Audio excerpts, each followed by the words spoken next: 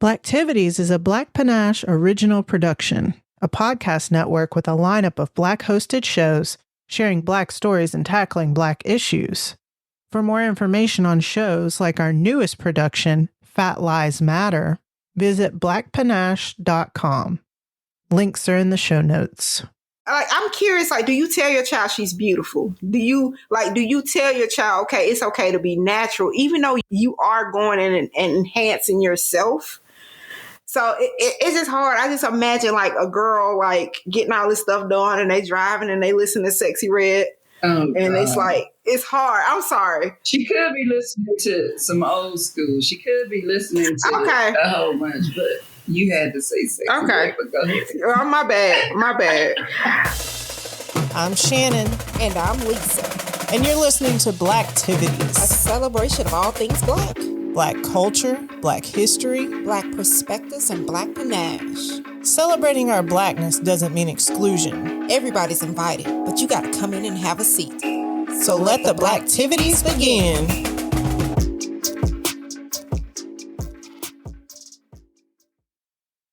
What's good, y'all? I'm Shannon, and I'm here with Mona Lisa the Poet. Hey. And Karen, aka KK, my lovely Blacktivities co-host. We have to have an honest conversation about Black women and self-image. So I want to try something, y'all. Close your eyes for a second, and I want you to picture an attractive Black woman. Okay. All right, now open your eyes and tell me about the first image that came to your mind. Me.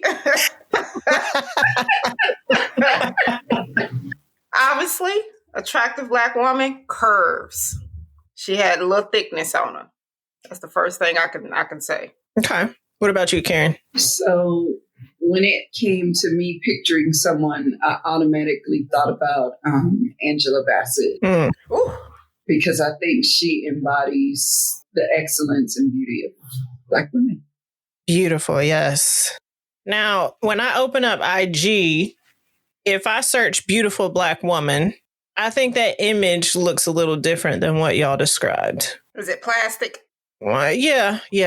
I think what I see is long hair, probably a wig, a BBL, big lashes, a skimpy outfit, somebody twerking or sitting in a way that would emphasize the booty in some way. But what does that say about us as Black women and how we feel about ourselves? Does that affect how people treat us? And that's what we're going to be talking about today. But we also want you to be part of the conversation. I believe that the only way that we can tackle issues is to get people talking about them honestly. So we want to hear from you. If you're watching on YouTube, leave us a comment. We are primarily on IG as @BlacktivitiesPod. Also, if you're looking for me, I'm @JustShanOfficial. Lisa is @Mona Lisa the Poet. Karen is @KKRobertsGrism. We're on Facebook too, but all of those links are in the show notes, so you don't have to try and remember that. We do like to read and talk about some of those comments on the show too, so look out for that. KK, what's your big fact today?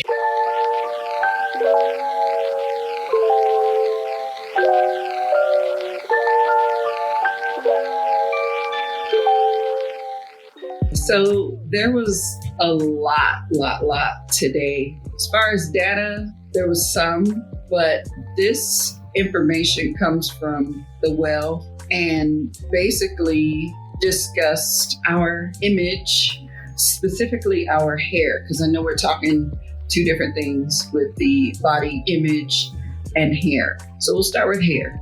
Hair was a sacred tool of communication in ancient African societies. Slave traders shaved the heads of those they captured, beginning identity erasure for enslaved Africans.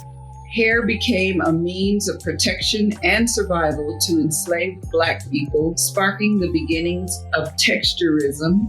Sound like another ism in our community. And laws forced Black women to cover their hair when in public, and those are the Teen Young laws. The afro became a symbol of resistance during Black liberation, and institutional bias against Black hairstyles continues to exist today. So, with those things in consideration, those are the facts. Now, I recommend folks reading further on them because this article actually covers the Crown Act, which was enacted in 2019 in California and 2020 in Colorado. We don't have the Crown Act in every state. It also covers what those laws were, where women had to cover their head and what it actually did and how we took it and elevated it. And then it talked about how we actually did communicate through our hair. So that is the information in the Well article. So in terms of our bodies, we know that there's a woman by the name of Sarah Baartman who lived from 1789 to 1815. So she was very young. And many in retrospect believe that Sarah Baartman is one of the first Black women known to experience a sex trafficking. She was a Khoi woman born in the Gamtoos River area in Cape Town in the Eastern Cape of South Africa. She was brought over to England and they pretty much objectified her completely, put her in freak shows, and then prostituted her. And upon her death, they kept her body parts and they kept her body parts on display. She had a big old booty. And all of these people were fascinated by it because here's this woman with this different hue.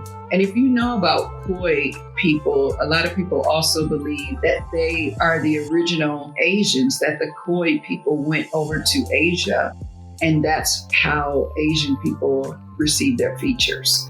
So, she had the slanted or almond eyes, very curvy, large butt, and they have pictures of them measuring her butt, looking at her breasts, examining her. These are drawings that are of Sarah, so you can also Google that. But I bring Sarah forth because it's important that we think about how we discuss a BBL, but these are our original features. These are usually synonymous with African American, Black features. And when you talk about the actual BBL in and of itself, the objectification and the fascination with them extends to the BBL, which is the Brazilian butt lift, because the Brazilian butt lift is also linked to anti-Blackness. Because the anti-Blackness associated with the Brazilian butt lift has to do with the fact that there's African folks in Brazil, there's original folks from Africa there. They have that feature, and that's what was elevated. That is what was fascinated. They even have a contest about the best butt. And this is something that happens there in Brazil. But the contestants aren't Black. The contestants received BBLs. And so it's now about who has the best appropriated derriere that looks like a Black woman, but is not Black. That's interesting. Wow, that is a lot of things mixed in there. Yes. Well, thank you, KK, for our big fact. I don't know why I get excited. That's graphics. Why I get lit like we at the club. Anyway, so I want to go back to my initial questions. First, the fact that a lot of Black women feel like they need to have a BBL or they need to wear a wig instead of their natural hair to be beautiful. What does that say about us as Black women and how we feel about ourselves? Okay, for me, it's hard to admit that it's just us Black women. Like, I feel like it is the society. I feel like it is, in order for you to be successful, in order for you to get far, you have to have those features. It was very unfortunate for Sarah Baartman that she did get that negative attention. But the only way for her to get that negative attention, especially in that time where we, were disrespected and we didn't have that level that other people had was for her features. Like they shone a light on that. And I don't think, to be honest with you, that we're ever going to shy away from just being natural unless we have more people in the light that are natural, that are given those same opportunities. And it's not just in Hollywood. It is, regular people in regular life. Even when you're like dating, most men, and I'm going to say most, are looking for that woman that does have those type of features because that's what they're attracted to. Now, regardless on what they say. Right, because we did have that episode, Lisa, where Black men said that they prefer natural women. If that was the case in videos, and you would have natural women laid up on the beach, you know what I'm saying, instead of the big booty BBL girl twerking. Which, don't get me wrong, some of them be okay, they be bad, but it's all about what you bring to the table. And unfortunately, in a man's world, if you can be that eye candy, then yes, I feel like, yeah, you are going to get far. Like KK said, I feel like it's a weird dynamic there because those features are things that other cultures have demeaned us and ridiculed us about. But then at the same time, they try to mimic it. So it's like weird. Yeah. And we, Black women, have never been the standard of beauty. So I don't know what to make of all of that. So it's interesting that you mentioned standard because no, we have never been the standard in terms of certain things, but we have definitely been fetishized and our characteristics have been appropriated. So when I think about us as a people, one thing we've never had, which feeds into what both of you said, is we've never had complete autonomy over ourselves, particularly our bodies and our existence in these bodies. Through colonization, when we first got here, we didn't have autonomy. These Black bodies were made to work. The woman's body was made to reproduce, and the man was also made to reproduce. If you think for a second that mistress of that house wasn't having him up in her room just as much as her husband was down there in the slave quarters, there was a whole bunch of stuff happening. He was studied out like a horse or a dog, and she was also made to reproduce. And I think I might have mentioned this before, but sometimes just for the sake of numbers, it was relative to relative, just to increase the population on that plantation. That's horrible. So we've never had our own autonomy over our bodies. And what we're seeing now in terms of women running out to get surgery, it's already mine. So if I want to perfect it, so what? This is the mentality now. And I think it's us shaming us about how we look. Well, guess what? This body that has never had autonomy, we've never had autonomy over, I love it. But if I want to do something to it, I can, because the people who came before me never had it. And my elders, my ancestors, none of them. They had to work hard. They didn't have the self-care. They couldn't do anything. So if I can do it, I'm doing it. And I think that's the mentality that we're seeing right now. So it's us shaming us about wearing natural hair. I wore dreadlocks. My hair was like at my ear. And by the time I did my big chop, they cut off 14 inches and it was down to my lower back, way almost to my waistline. And then they cut 14 inches and I was wearing a little, like a bob and just doing different things with it. I mean, we can do what we want to do. And I think we need to release ourselves from this mentality of we have to do it this way or you don't love yourself. I feel like a lot of men are accepting that women are saying, this is my body, my choice. It no longer just applies to abortion rights and things like that. If I don't want something, if my boobs are too big, then let me go on and get them reduced. If this is too small, if this a little nip tuck, we've never been able to nip tuck. And we're seeing it at record numbers. Now, us getting nip tucked things that we want. I may want to be curly one day. I may want to be straight the next day, and I can do that. Yes, ma'am. You know, I can do that. And we can show up in different ways. And I think we need to free ourselves from this thought of, if I have natural hair, you know, I'm all for it, right? But that don't mean I have to show up that way every day. I don't have to wear braids forever. Maybe I want to throw a wig on. Maybe I don't want locks. Maybe I want to shave my head bald. I got some friends who've done that.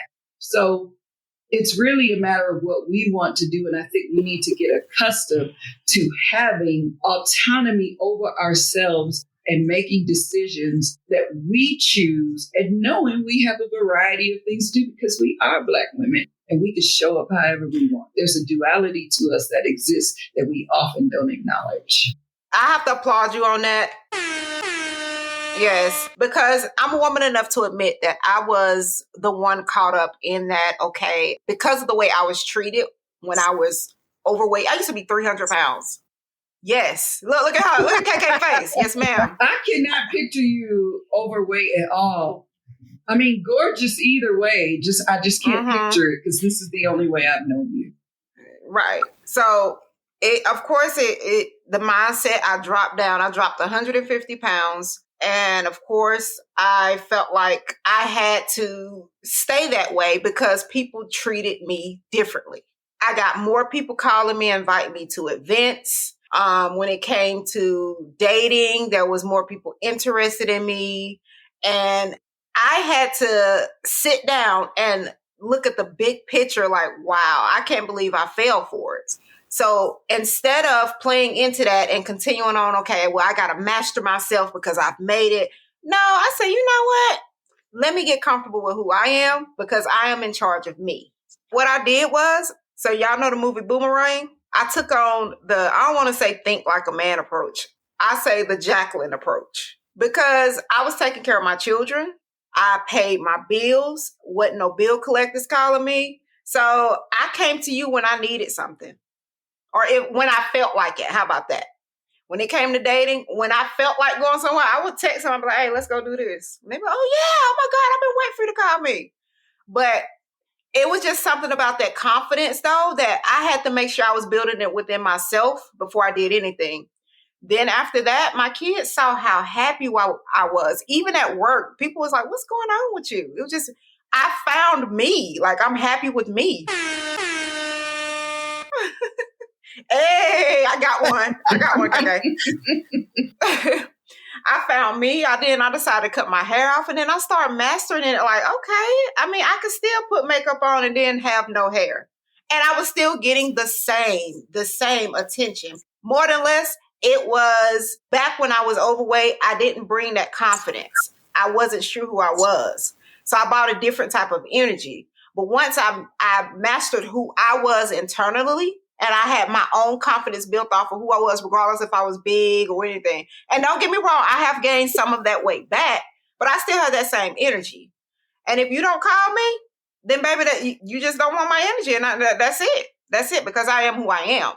So it's all about us switching it up. It's all about us internally being happy with who we are and not paying attention to what the world standards of who they expect us to be. Right.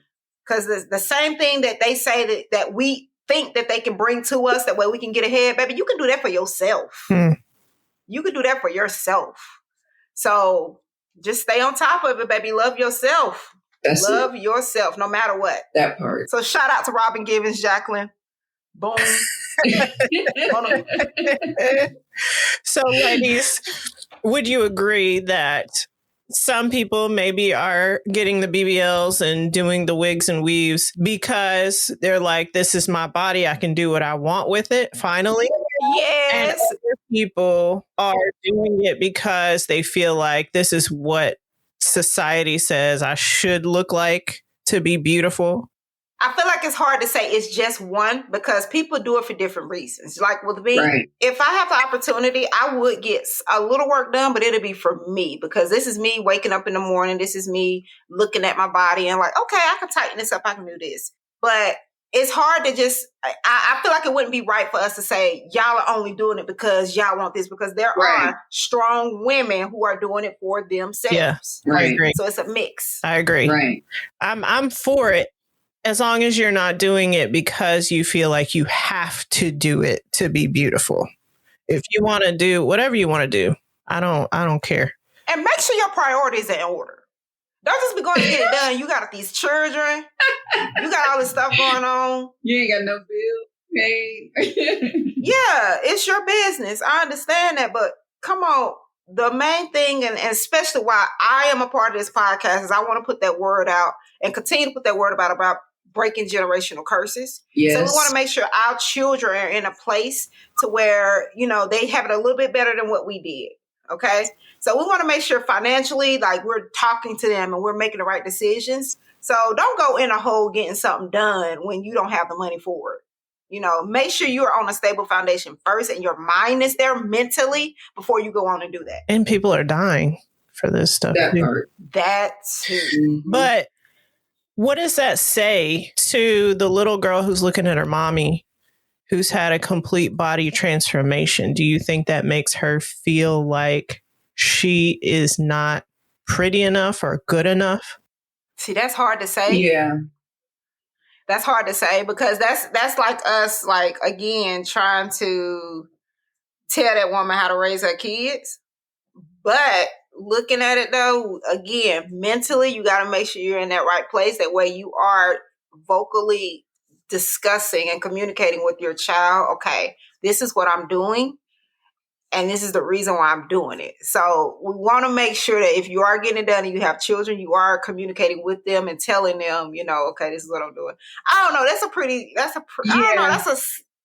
It's hard because you don't want to tell no woman how to raise her kids. But then again, it's like that baby girl looking at her mama and it's like, okay, well, she got her boobs done. She got her booty done. So I'm going to get this done too. You know what I mean? Yeah, automatically it's like, because, and again, this may be wrong and I may somebody might get me for this, but it's like automatically when you see somebody that's like getting all this stuff done and they do have that kid, like, I'm curious, like, do you tell your child she's beautiful? Do you tell your child, okay, it's okay to be natural, even though you are going in and enhancing yourself? So it's just hard. I just imagine like a girl like getting all this stuff done and they driving and they listen to Sexy Red. Oh, and God. It's like, it's hard. I'm sorry. She could be listening to some old school. She could be listening to a whole bunch, but you had to say something. Okay. So go ahead. Well, my bad. But my thing is, though, it's just like another reason why I cut off my hair, because I walked around, for a long time getting relaxers, and I was the Betty Boop with the pink curls and all of that was me. But it was my children. They all have natural hair. And they was like, Mama, why don't you just cut it off and just try? Just try what we doing. Yep. Look at these products we use. Like, I was spending all this money on natural hair products for them, and then I was running in and spending all this money going to get my hair done. And it was my children, okay? Because I was telling them they were beautiful. I was telling them how beautiful their hair was. Even though their hair is natural, I was still taking them to go get their hair done, washed, and all of that. And they loved it. My children talked me into embracing it more. And when I did that, baby, it's like it kicked it up a notch. I'm like, what I'm telling my kids, I need to be paying attention for myself. Right. And that's why I say mentally, you got to make sure you're there. Right. And it's like it kicked it up a notch. Like it really did. It kicked it up a notch. And I love it. For me, it's a matter of always doing what you want to do. I don't have children to answer to. However, I will say this. There is such a thing as a mommy makeover. And so, especially if you've had younger kids and you feel like I want my body back, I don't feel like anything is wrong with it. I recognize that it's dangerous, but I also do think, especially if we have sons and daughters, that we need to have these conversations in our community because it's so prevalent. Whether we have a surgery or not, it's prevalent. It's in their face. It's on social media. So they're seeing this person has a BBL. This person doesn't. This person just got her boobs done. And I mean, this is what they're talking about. These are the people that they're looking at.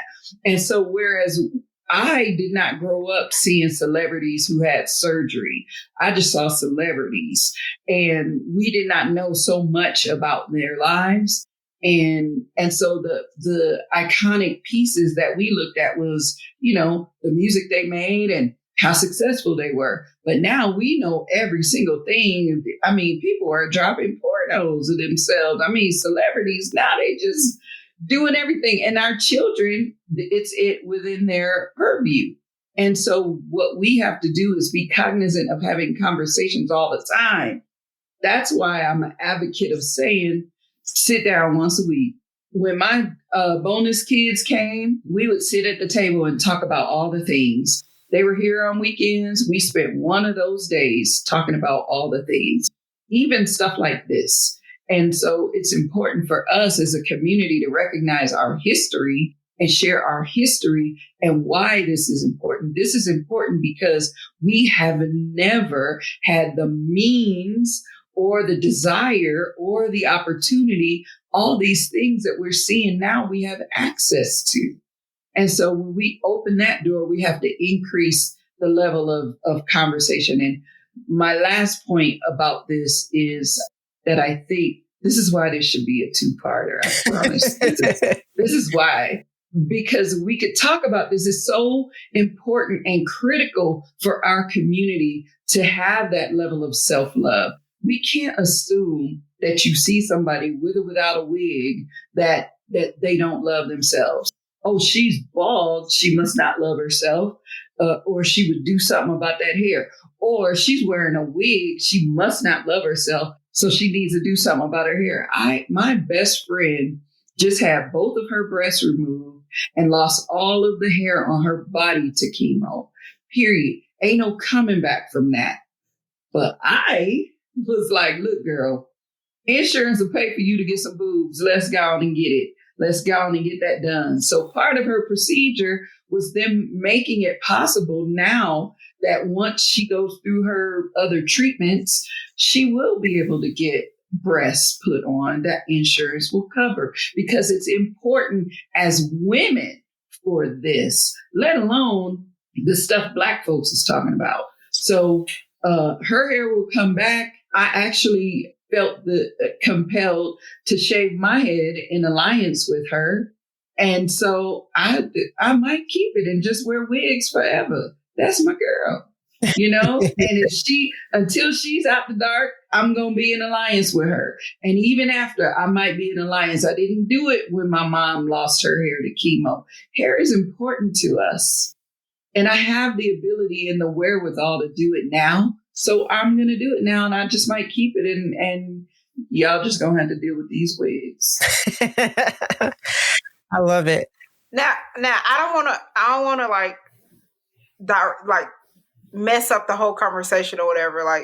But I want to share this with y'all, and I have mentioned this before. Back then when I was a little bit smaller and I started working at my job, the older Caucasian men, and it was eerie, they would see me with these different hairstyles, and they were so puzzled. They would ask me questions like, how did you did you diet last night? It seems like it's longer than yesterday. They were asking me these questions, and then it started getting really, really creepy. Like, I like it when it's real, real, real long. And you're going to bring that back.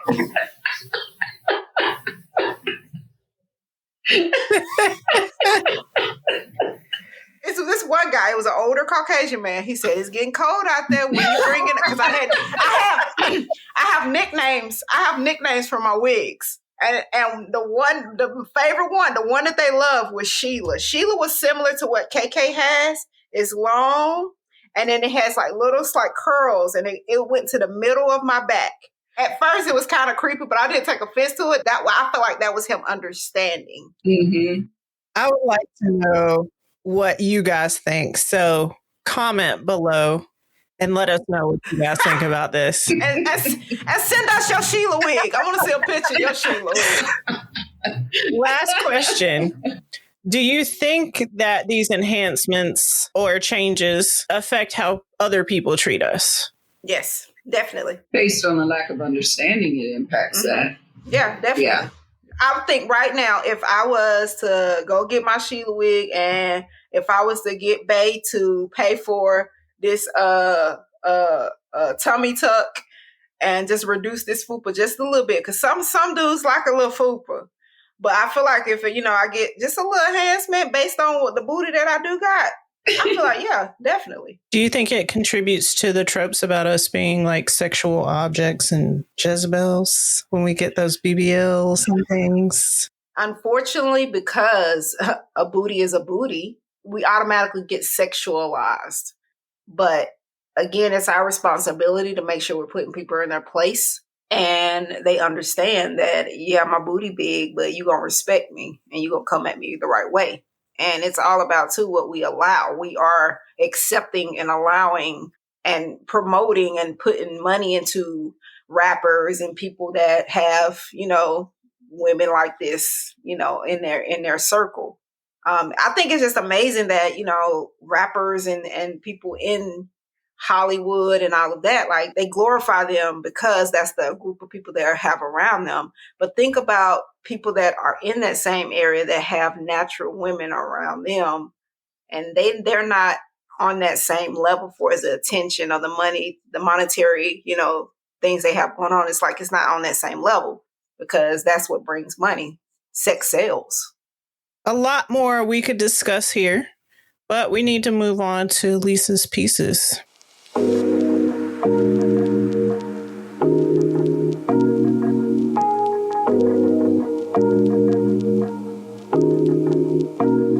For this one, I pulled up a piece that I have. It's called I'm Far More Than My Coils. All right, y'all ready? Here we go.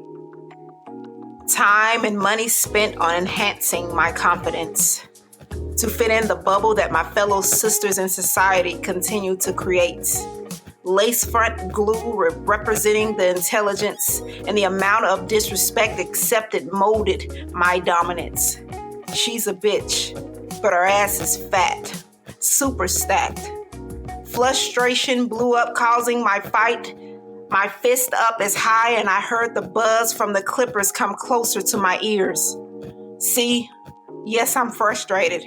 So I walked out that shop with boycott on my mind. Previously Betty Boop styled, but now seen in a glimpse of a window of my Nina Simone. Baby, I cut it all off. I no longer held down by those thoughts of what they thought of me, on what they said my beauty should be. My hair has coiled and your thoughts is straight bullshit. Evidence of my thoughts on politics and breaking generational indifferences is far more than their opinion. See, I'm amazing. I'm bold. I'm very outspoken and far more than my coils. Yes, far more. Thank you. Mm-hmm. Well, I have to say today was a very, very, very good topic. Very good. This is something that, like all African-American topics and things that go on, it'll take time. It's all of us to work together. This is something that cannot be corrected overnight. We just got to make sure that we are respecting ourselves and we understand our history and what exactly our beauty is. So just want to put that out there. Right. Yeah. That's it. We're not just this hairstyle, this body type. It's all of that. And I'm tired of them big ass lashes. I just want to put that out there. Go ahead. Ladies, what is your call to action for the culture? I ask that you challenge yourself. And let's say if you, and I don't want to feel like I'm picking on people that do wear lace front wigs and lashes. My call to action is talking to our children, our teenagers especially, about being natural. Let them know that it's okay. The 12-year-olds wearing wigs and lashes, I understand if that's what you want to try, but just letting them know they're beautiful. So making sure you're talking and communicating with your children. Karen? It's interesting. My call to action for our community is to really have the affirmation that Lisa talked about. We need those affirmations. Girls need the affirmation from their fathers. And when it comes from their fathers, no one else can come forward and tell them anything that's going to impress them because they already have it within. If my father tells me I'm beautiful, no other man sets the standard beyond him. You know, you could take me on a trip to wherever, but my dad takes me out for ice cream, you know, just do cool things. We go to coffee shops. We do all the things. They're not impressed by that.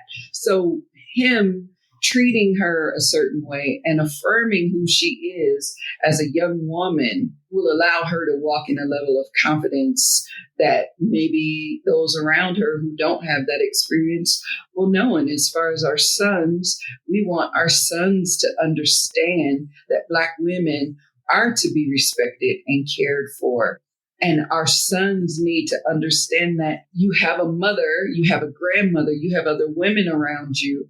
But when you decide and you select a woman, you can choose based on something other than the visual. Men are visual. And so you can choose this woman based on something other than the visual. But whatever you decide to do, she requires you to acknowledge more in her than that. She's going to need more, just like your daughter will need more beyond you.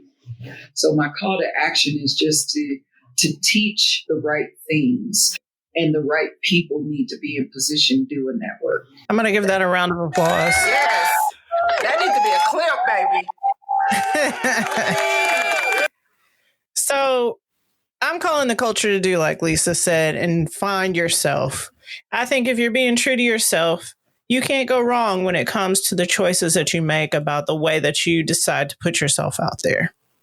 I'm also calling the culture to go ahead and click that plus in Apple Podcasts or wherever you are listening, or that subscribe button in YouTube, and then share this episode with somebody that you think would enjoy it. So we're going to be taking this conversation a little further in a future episode of Blacktivities, where we talk about the image of females in hip hop. But until we meet again, Kings and queens. Sorry, I got too excited. Kings and queens keep doing big things. Let's go.